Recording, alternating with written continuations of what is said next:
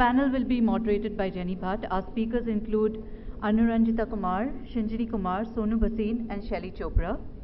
May I invite our first speaker, Anuranjita Kumar, to the podium, please. Anuranjita Kumar is the Managing Director and Head of International Hubs at RBS International. Anuranjita? She's coming. She has been entrusted with driving the people agenda in line with RBS strategy. She has also been recognized as amongst the most powerful women leaders by Fortune 2013. Over the years, she has been actively engaging as an executive coach for senior executives within and outside of Citi, and has been accredited as an executive coach by iCoach Academy in UK and by the European Mentoring and Coaching Council. She is also a certified diver and has explored some of the best-known diving sites globally. Anuranjita also is keenly involved in volunteering with underprivileged children. Welcome. Our next speaker, Shinjini Kumar. May I request Shinjini to please come on stage? Shinjini is the Country Business Manager, Global Consumer Banking, India at Citi. Hi. She manages all of Citi's consumer businesses, including retail banking, cards, wealth management, commercial banking, mortgages in India. She is part of the Asia Consumer Leadership Team for Citi. Before joining Citi, Shinjini headed the payment bank initiative of Paytm. She has occupied senior positions at PricewaterhouseCoopers, Bank of America, Merrill Lynch, and the Reserve Bank of India. Welcome, Shinjini. We need one more chair, I think. May I will ask Sonu Bhasin to please come on stage. Hi, Sonu. Sonu Bhasin, our third speaker, is one of the early and senior women professionals in the industry. In her career of over 30 years, she has set up and grown and headed large businesses and diverse teams across financial and non-financial sectors in India and overseas. As a banker, she was the director at ING Bearings, president of Axis Bank Group.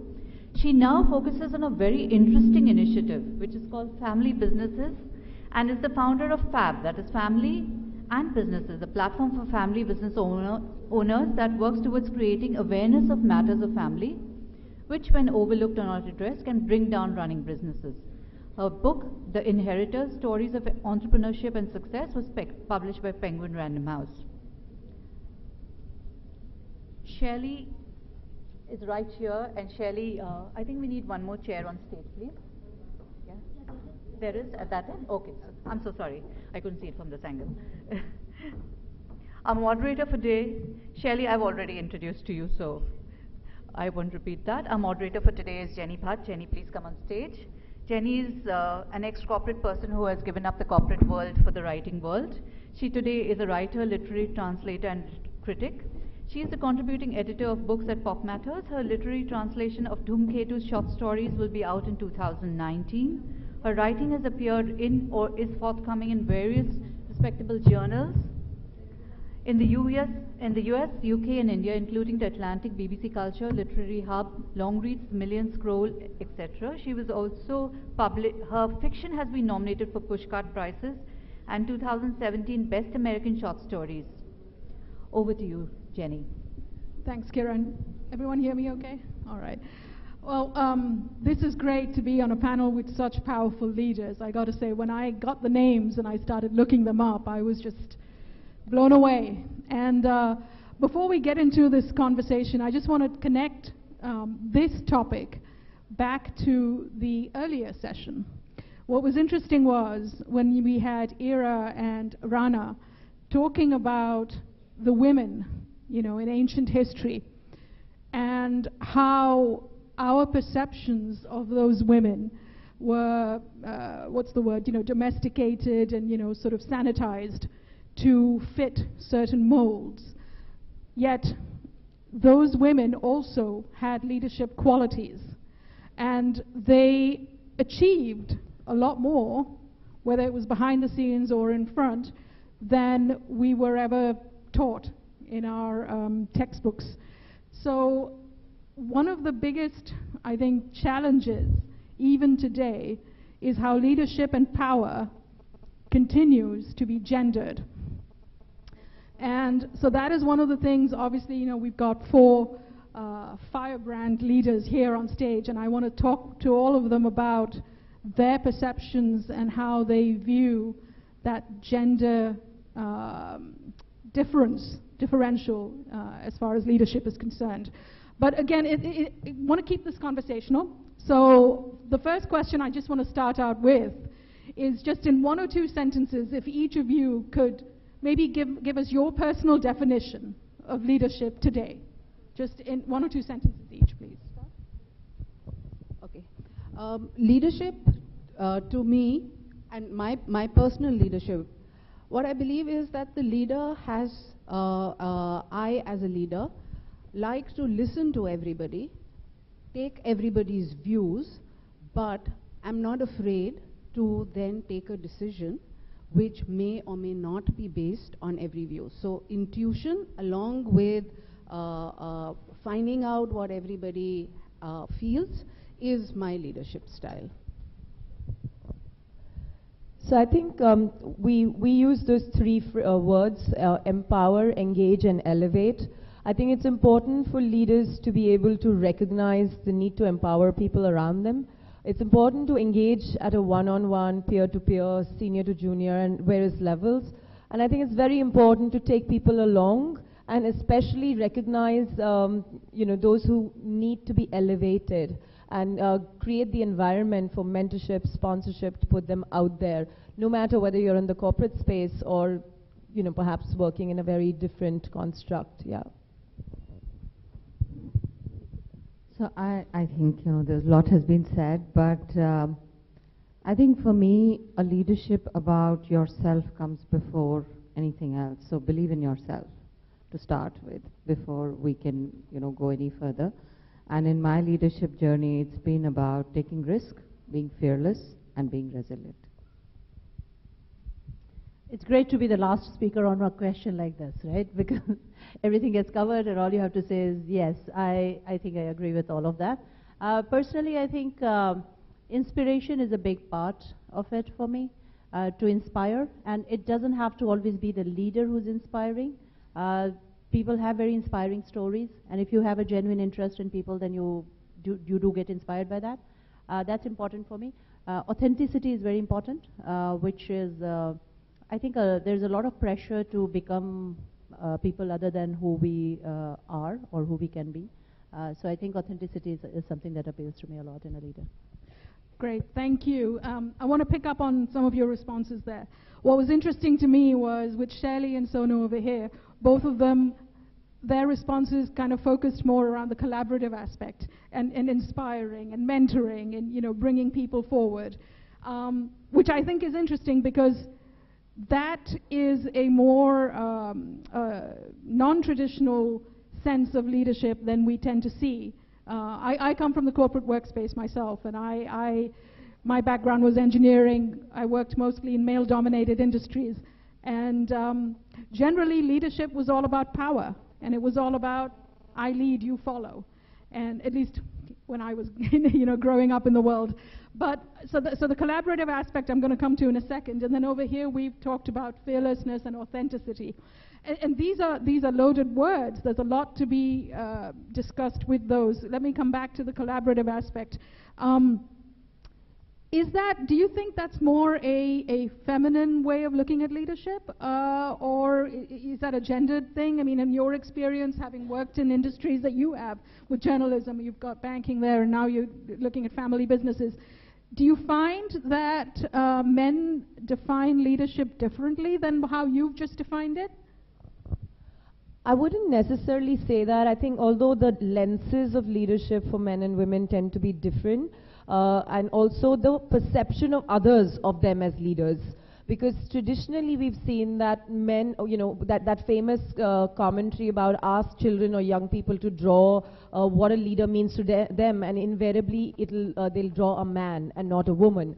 So I think it's a lot about how we've been perceived to think about the idea of leadership, how a man who's loud and noisy is a man in control versus a woman who's aggressive is just unnecessary noise. So I think there's a lot of perception that has got built around the word leadership. And I think for most part in the last 3 years of our existence as She the People, the whole idea is to normalize leadership rather than idolize it as something that you just can't achieve, or that you have to wear a pantsuit and walk, into a hall or whatever. So I think it's really normalizing that, and also making this perception, as Anu was saying, that it's a lot also about self-belief, right? So the need for self-belief and belief and confidence, and that whole thing that we keep saying, that a woman is the person behind her own success. And we have to kind of constantly remind this. I think for me, the whole conversation on leadership needs to take a shift from people who've experienced it as leaders with those who are also on the way to leadership, and saying that, you know what, this is what makes me feel like a leader, as opposed to those who have been traditionally constructed as that is a leader there. You know what I mean? Leadership to me doesn't have a gender. You know, when you think of a strong leader, and you know, as a cliche, you think of Indira Gandhi. I mean, you just think of her as a leader. You don't think of her as a. You do talk about her being a strong woman leader, but leadership really has no gender, and it is only us, when we are trying to explain the reason for that leader to be powerful, that we then ascribe other qualities which could be driven by gender. So this whole effort to get gender neutrality around leadership, I think, is a very it's something which is contrived, because when you are growing up, you know, the father can be the bread earner, but the child always will take approval from the mother. And if you think of leadership as somebody who has power, I guess all of us need to look in our own houses and see who has more power. Derived power, assumed power, articulated power, or real power. They're different things. And in my personal opinion, leadership is totally gender neutral. No, I totally agree. It should be, and I like how you've you know, categorized the different kinds of power. I'd like to come back to that in a bit. So Anuranjita, you talked about fearlessness. I find that, at least with younger women coming into the workplace, they're dealing with a lot of expectations, especially if they don't have a lot of strong role models in front of them. What would be perhaps one or two things you might say to an up-and-coming young leader in the workplace for her to gain that strength and that fearlessness that you mentioned? So first of all, I'll just take a step back. Actually, I don't see the two sides of the coin differently. I see collaboration, fearlessness, risk all together. It's just a way how a woman may do it, may be slightly different than a man, but that's a stylistic thing, not necessarily, you know, this is less important than that, or this is very women-centric and this is very men-centric. So I do agree with the gender-agnostic approach, especially when it comes in a corporate context at a CEO level. You know, my husband is a CEO, but he doesn't have it any easier than I do, for many other reasons, right? So there is a context to that. And before we get into younger women, when I think about leadership, I'm not necessarily talking about a corporate jungle where we're fighting a battle. I have a maid, you know, who has 3 kids. Her husband has dumped her, and she's fighting the battle to make her ends meet. She's a leader in her own right, right? Leadership at all levels. Yeah. Yeah. She's trying to survive, she's trying to make it good, she's doing it in the right way, she's fighting it out in the way she can. So I think leadership is a much more holistic concept, and it can apply to self, it can apply to people at different levels. And for younger women who are coming in, I think, you know, just focusing on what you bring, and the world is your oyster, is a very important perspective, having a big picture view. I have a 20-year-old daughter who's studying in uni, and I have never heard her say that, you know, this is a handicap because, you know, I need to do this differently, I'm a woman. So I think having that big picture view about, you know, I can create the world, I can change the world, and there are no handicaps, and if there are any, I'll be able to resolve it. I have a son as well who probably thinks much more of how he can be at home, and he's probably more interested in cooking than my daughter is at this stage. So I think for the younger women, you know, having the courage and the conviction, I think what they're end goal is going to be, what their purpose is something they will evolve over a period of time. But instilling them that sense of confidence is extremely important. And I think as they enter the real world, the realism will strike, and somewhere that will hold them in good stead. Right. No, that's excellent. And I think, you know, 3 key words right there: courage, conviction, confidence. Shinjini, to come to the point about authenticity. And again, leadership is such a loaded word, authenticity as well. And there are so many expectations, I think, obviously for men also, not just for women, as you rightly said, Anuranjita. But again, coming to younger women coming into the workplace, trying to meet and well, first trying to decipher what the expectations are as a leader, and then trying to meet them. How do you hold on to that authenticity, that core of yourself? How do you evolve, as you said, but also hold on to that authenticity? So talk a little bit more about that, if you would. I don't see the conflict, though. I don't see the conflict. I think one of the most interesting things that's happening in our times, I mean, in the current time, is the disruption of work places as we have known them, right? And I just find it very interesting to put that filter on the idea of leadership. So what we grew up with, and when we saw managing directors and politicians who were the people that were assumed leaders, they were coming from a certain stage of the economy when people were required to take leadership positions to get the job done by a large number of people. So essentially, it was being a leader of a large number of people. So if you're a politician, you needed to get a large number of people to vote for you. If you were a corporate leader, you needed to get a large number of people deliver the goals that you'd set for yourself or that your board has set for you. So that's the leadership that we are coming from. But if you just flip that and go back to when people were living in the, when human beings were just evolving, who was a leader in a tribe?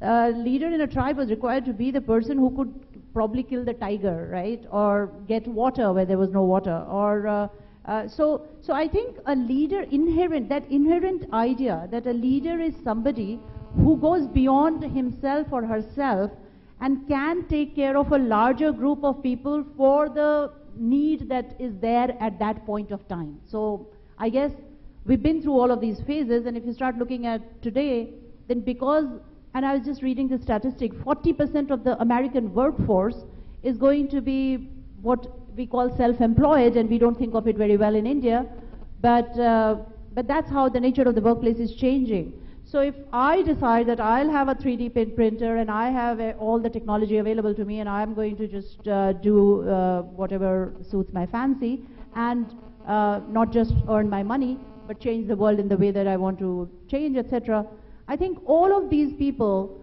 are going to not require the kind of leadership traits or skills that we are conventionally talking about or what has been taught in business schools, etc., forever.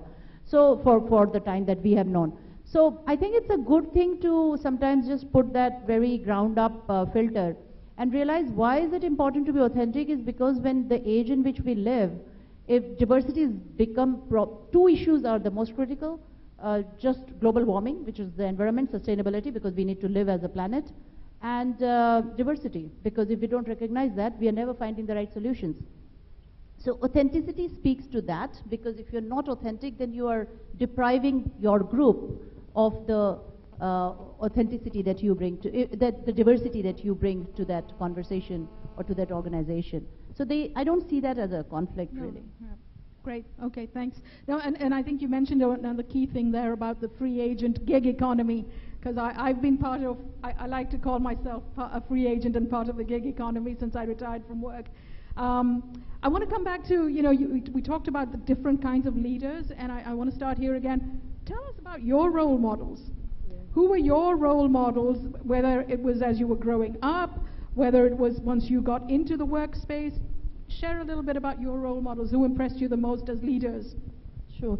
I think I, like many people when they grew up, had sort of images of these rather established role models that you read in magazines until you sort of figured out that there were only 5, 7, 10 of them in every magazine and they were repeated on the next.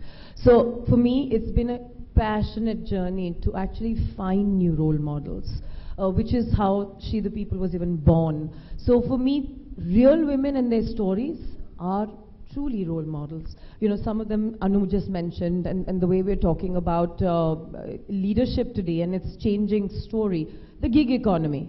I mean, anyone in this audience today is on her way or his way to be a role model simply by the beliefs they want to adopt, the conversations they can drive, the change they can bring. It doesn't matter if they're not running multi-million-dollar companies. It no longer matters that they are not on the front page of one of the magazines. It's truly changing. And I think what's empowering that change and multiplying it is the power of digital. So leaders today have emerged on social media that otherwise never would have found themselves. We've found so many people to get inspired or connected with on social media. I mean, Jenny, I know of you first on Twitter, then in person, right? Well, a lot of women on the festival today are meeting each other. Oh, finally we meet after meeting on Twitter or Facebook or whatever else. So it's really fascinating to see how not only is the kind of leadership changing, but also people's own perceptions of themselves as leaders. A lot of people earlier wanted to be the leader and hopefully get there when they grade a little bit or, you know, reach the 50s or something like that. But young women today are leaders. The average age of my organization is 22. And all of these young women are out there saying, I'm a leader, right? And I totally second that they are. I mean, I think the trendy word right now is influencer, but really what they're doing is they're leading with their thoughts and yeah. You asked, who are my role models? Now, I grew up in a corporate world where there were very few women. So much as I'd like to say there was a woman who was a role model, unfortunately, it's men. So the reason why and I'll tell you the two role models, it's because of the lesson that I have learned from them, which goes beyond just the work life. So one of them, and I'm fortunate to be part of a group called the Tata Administrative Service, TAS, where we were recruited for the group, and as a result of that, interacted and met with a lot of the senior people, including Mr. Tata. And there's one thing that Mr. Tata said, Ratan Tata, where when, there was a time when he was trying to get rid of the satraps and he was facing a lot of resistance. And there was a evening of the TAS officers at the Taj in Bombay. And as part of the evening, we kind of got around and sat around him. And he started talking to us about the challenges that he was facing. And I was just a junior person at that time. But some of our senior people who were managing directors and deputy managing directors told him that, sir, we are all sitting here and we can be influencers and in our respective companies, please give us the go-ahead and we will do this for you. And Mr. Tata just sat back, looked at all of us and said, I know you can do that. I don't want to do that. I wanted to do it the right way. And it's been 30 years. But that evening and that moment has stuck with me. I haven't interacted with him much after that. But this life lesson that I have learned, that no matter what you have to do, you have to do it the right way. It may take a long time, but that is what defines a leader and a role model for me. And there's another role model. One of my bosses in one of my companies where I worked with.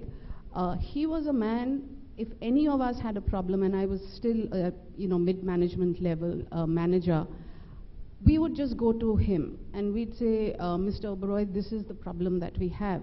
And he would again lean back and say, don't worry, you've given it to me, it's my problem, I will find a solution. Now, that to me, this main hoona concept, that is a great quality for a leader, where you can take on the burden of your people and give them the confidence that please go out and do what you have to do, I will take care of it.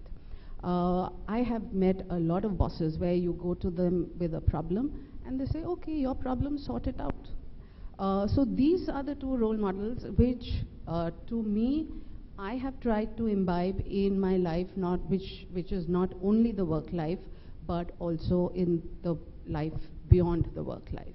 Excellent, excellent. So role models. share yours. Right. Please. So one of them is in the audience, Kalpana. I think, you know, I've had the benefit of having some, you know, very personal interactions with her, and I'm quite aware of her personal trials and journey. So we see the Kalpana, the leader, and we see her on various boards, and I'm sure she'll share her learnings with us. But I think that's truly inspiring. So we do have a great woman leader here. Apart from that, I think I've probably been the beneficiary of working with some wonderful leaders, whether it's RBS or my previous organizations. And all of them taught me the value of human connect. When I was back in Europe and we were handling one of the biggest financial crises in the history, I was working with one of the best bankers at that point of time, and I learned how you know, that connect was extremely important. One of the things which I thought he did beautifully was that when you were in that moment with him, he was fully present. And I thought that was extremely respectful, and that created a connect where you truly felt connected. And I always wondered that when I walk out of Manolo's room, why is it that I'm feeling so good about myself? And as I reflected back, and I said, I'm so silly. He just tells me how valuable I am. And it wasn't that he was being inauthentic, and he was being selective, but he made sure he communicated it to me in a very real way, in that here and now. So I think when we turned around the investment banking as this big ship in London, just tenacity and that belief, it wasn't easy, trust me. You know, the media was out to get us, the bankers were trying to get us, the regulators trying to get us. If you don't stand there and believe in yourself, which is where that comes from, you'd never go forward. And third but not the least, I think when I was back in India and working with Pramit Javeri, who was the current CEO for Citi, I think when I came back, it was really tough. In 2011, 2012, we were hit by the biggest fraud in the country. The brand was where it was. I'll not go into detail because Shinjini is sitting right here. But I think, you know, it's those trying times where your leadership mettle really shows. You know, some of the stuff which Shaili talked about, pulling everything together. You know, changing yourself in terms of the demands, but keeping the core. I think those are truly inspiring stories where I have learned from. And I agree with Shaili, you know, everybody's a role model. So you can pick and choose what story you want to learn from, but those are the inspiring learnings I have. Wow, those are amazing. So I'll tell you, I've had the privilege and pleasure of working with some really fantastic people, but often watching them from far and just learning, people like Mrs. Thorat or, you know, others. But my favorite, if I had to pick two, one was early boss, was a little bit crazy. He used to be in Reserve Bank of India, senior officer. He was nominated to go abroad and he didn't go because he wouldn't sit in a long distance flight. It was against his religious beliefs. But a really lovely man. I was the youngest in the department, and he calls me and he says, you will handle, and this was 1993-94, when, you know, the country was very strapped for foreign exchange. We had opened our doors and FDI was just starting to pour in. And so he calls me, I'm the youngest person in the department at that level, and he says, you will handle FDI in India because we need, and he gave me this mandate. He said, these are people coming to do business in your country with their money, make it easy. And if you feel that you need to come to me, you come to me, otherwise take your decisions. That just stayed with me for a very, very long time, because for somebody like him to take that kind of to show that kind of confidence in a young person, because it was required to have a fresh perspective, that stayed with me. So that's one, leadership. And the other is actually personal. I learned a lot from my mother, who's actually a village person. She was the first person in a village to study science, become a teacher, became a principal in a school. And so she would go from one government school to another government school, like 2-3 of them. She was early in a Gandhian school, so she learned a bunch of good stuff there.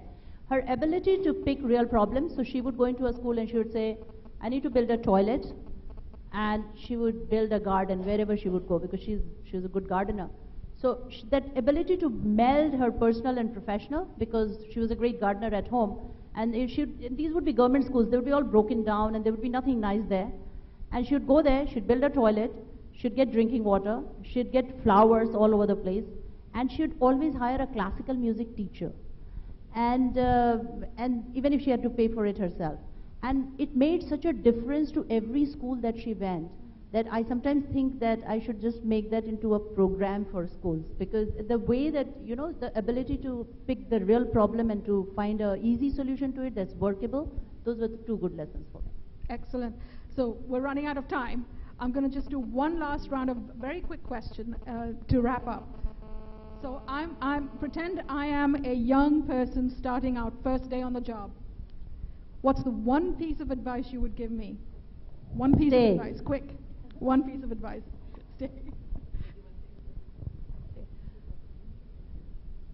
It's gender neutral. Anyone. Yeah. I'm starting out in it's day one. I'm nervous as heck. What's the one piece of advice you're going to give me? I'm going to say unlearn. Yeah, that's going to be my bit. Yeah. Just that. Okay. Well, I've spent my professional life in a corporate world, so my advice is for those who are entering the corporate world, that it is a jungle out there, but you don't have to be an animal.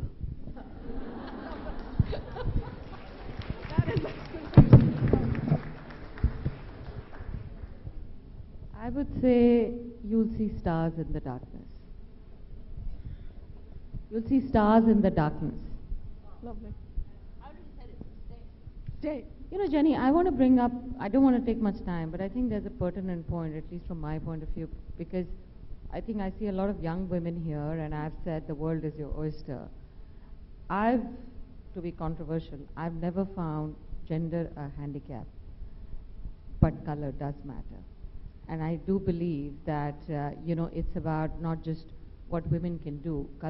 Women of color is a different genre. So for those of you who are aspiring to be, you know, having a global career and working across countries, that's probably a topic for a different session, but it was pertinent. No, I mean, women of color, I've experienced that my entire career, but I didn't bring it up in this audience, but I hear you. So thank you very much. I mean, this conversation could go on for hours, I know. At least for me, I would have loved to continue, but we're out of time, I think. And so thank you all, ladies. Thank you very much.